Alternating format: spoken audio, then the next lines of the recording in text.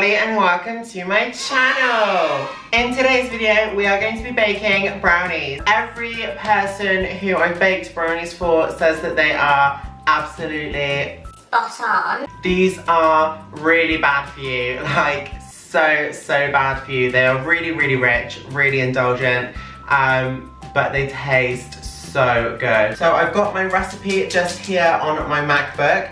I will be linking down below the recipe, so if you do want to follow this recipe, then the link and all the details will be down below for you. I am making it double quantities today.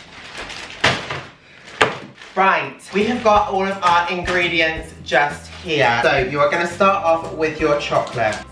So the recipe does want you to cut everything as small as possible, so I'm literally going to just cut all of my chocolate into single little cubes like this.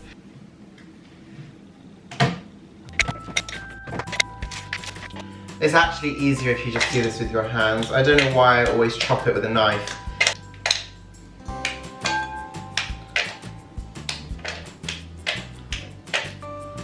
So now we're going to move over to the butter. Now, for the butter, we actually need the same amount, so I'm going to need 370 again. Okay, so we need 370 grams of butter.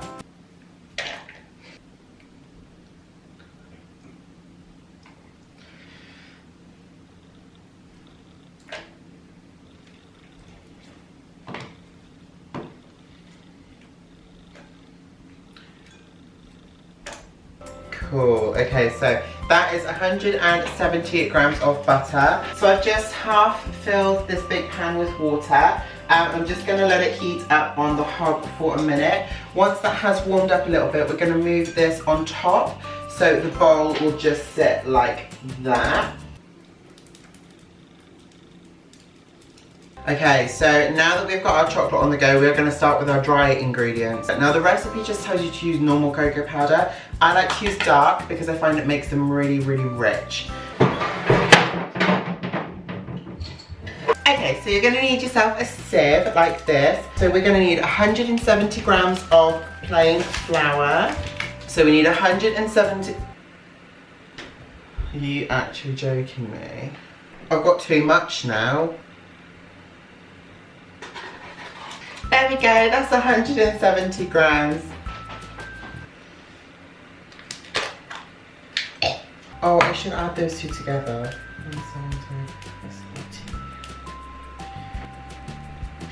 You're going to want to start just giving it a little bit of a gentle stir. I've made a massive mistake. I shouldn't have put this in this bowl because I don't actually need it yet. Classic me. So what I'm actually going to do is find another bowl to move all of that into.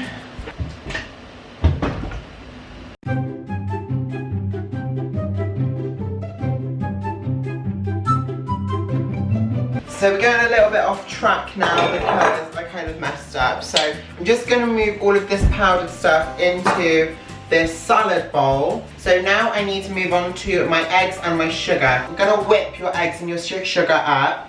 So you're going to whip up your eggs, oh my god.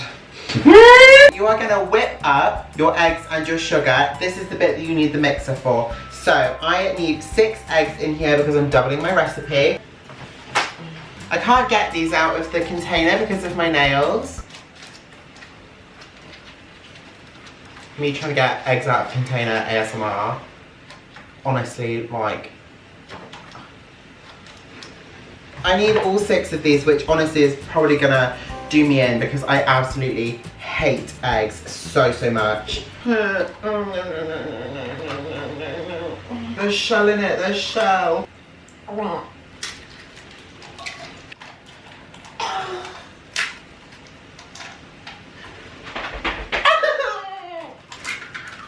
Well, I'm trying to get the shell out, but honestly, it's just not happening. No, I can't. I actually... You were stuck under my nails! That was traumatic. We're going to need to add in our golden castor sugar. We need 550 grams of golden castor sugar. So now that we've got all of our eggs and sugar in here, it says to whisk these up with an electric mixer. So I'm now going to put this in my K-mix on a really high speed with the whisk and basically just let it do its thing. You want to leave it on a high for probably about 5 minutes.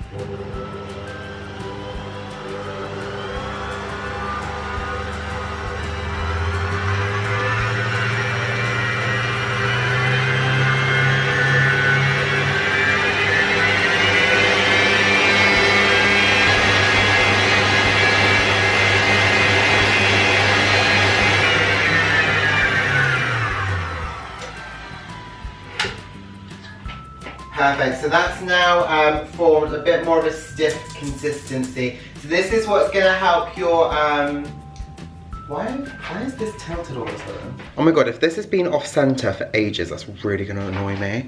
Look at all of the steam from that bain-marie that's like gone up on my kitchen. Can you not? Sorry that my kitchen looks like sweaty now. It's from all of the steam because I didn't put this on because I'm an idiot. But yeah, this is all done now. So we just need to let our chocolate cool. So your chocolate should look like this. It's really glossy, really runny. Obviously it's mixed with the butter as well. But yeah, I will show you a close-up of this also. So this is how you want your chocolate to look. It needs to be really silky. Should be shiny enough that you can see yourself. Ooh, chocolate selfie. Yes. I am going to start gently pouring it into here. So what you basically want to do is just really gently pour it in. Okay, so now that I have got both mixtures in together, we are going to fold it really gently with a rubber spatula. Okay, so you can see my mixture here. So you really want to make sure that you're scooping right down to the bottom with every fold, because that's how you're going to start lifting all of your chocolate up and combining it in with your eggs and sugar. So you are just going to keep going until it's this kind of colour and consistency. So we are now going to combine all of our powdered ingredients in here. You need to very slowly add this because otherwise it can go a bit powdery. And you're going to continue with your folding motion. So you just want to keep folding it in. So this is now the last step. Milk and white chocolate chips. So the recipe says to add 50 grams of chocolate chips. Now I just add a whole bag of each. So putting all of the white ones in there and all of the milk ones. And we are just gonna keep folding all of that together. My bloody arm hurts. This is how your finished batter consistency should look. So you can see it's really thick, but it's still kind of light and gloopy, so it's not too heavy.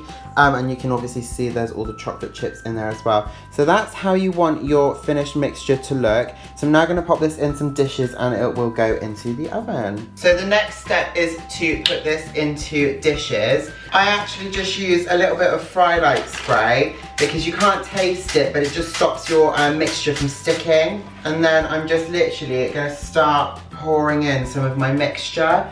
And obviously that will help your paper to go down.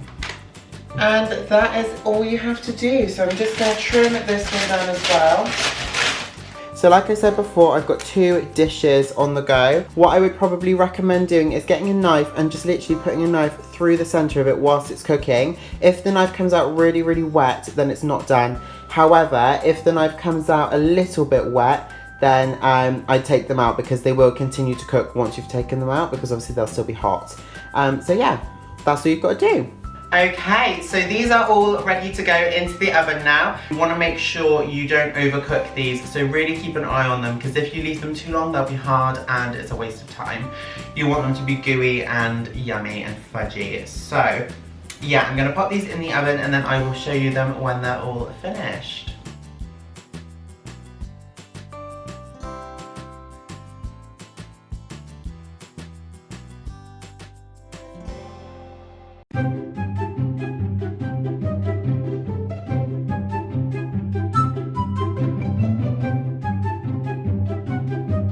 So thank you all so much for watching today's video. I hope you all enjoyed watching it as much as I enjoyed making it for you. Please make sure you all leave me a great big like and subscribe down below.